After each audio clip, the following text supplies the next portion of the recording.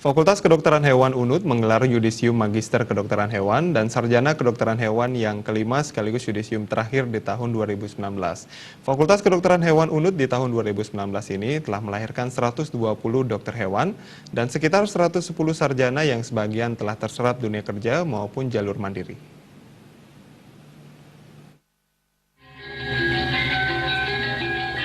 Fakultas Kedokteran Hewan FKH UNUD kembali melaksanakan Yudisium Magister Kedokteran Hewan dan Sarjana Kedokteran Hewan. Selama kurun waktu tahun 2019, FKH UNUD telah melaksanakan Yudisium sebanyak 5 kali dan Yudisium kali ini sekaligus merupakan Yudisium terakhir di tahun 2019. Yudisium kelima ini diikuti peserta dengan jumlah paling sedikit yaitu 1 orang magister dan 7 orang sarjana.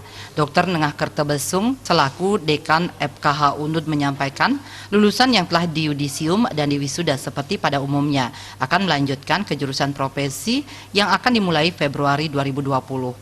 Dekan menyampaikan selama tahun 2019, FKH telah melepas 120 dokter hewan dengan jumlah yudisium terbanyak dilepas bulan September. 110 orang sarjana rencananya akan melanjutkan program profesi di bulan Februari 2020. Sebagian lulusan di tahun 2019 ini, khususnya dari program profesi, telah bergabung di dunia industri dan tersebar ke seluruh tanah air, seperti sektor swasta dan praktek mandiri.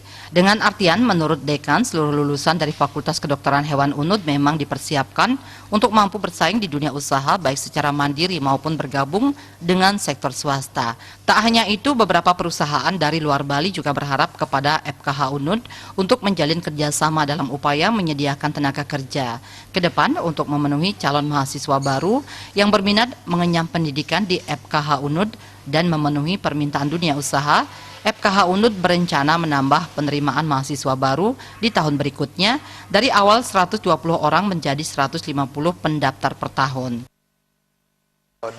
Karena ini yang terakhir, maka dari tahun 2019 saja kita sudah melepas 120 dokter hewan dan yang paling banyak itu di bulan September. Kemudian untuk S1 hampir 110 orang yang akan memasuki, dan sebagian sudah memasuki program profesi dan sisanya yang sekarang ini ditambah juga yudisium sebelumnya di bulan Februari akan dilakukan pendaftaran sebagai mahasiswa baru program profesi. Untuk yang program profesi yang dihasilkan itu 120 orang sudah tersebar di hampir di seluruh Indonesia. Dan kebanyakan itu mengambil di sektor swasta ataukah praktek mandiri.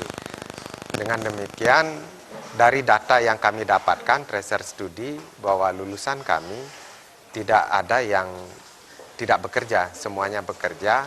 Dan bahkan kami sampai saat ini kami mendapat permohonan dari beberapa perusahaan untuk alumninya agar ditampung di sana, tapi kayaknya tidak bisa terpenuhi.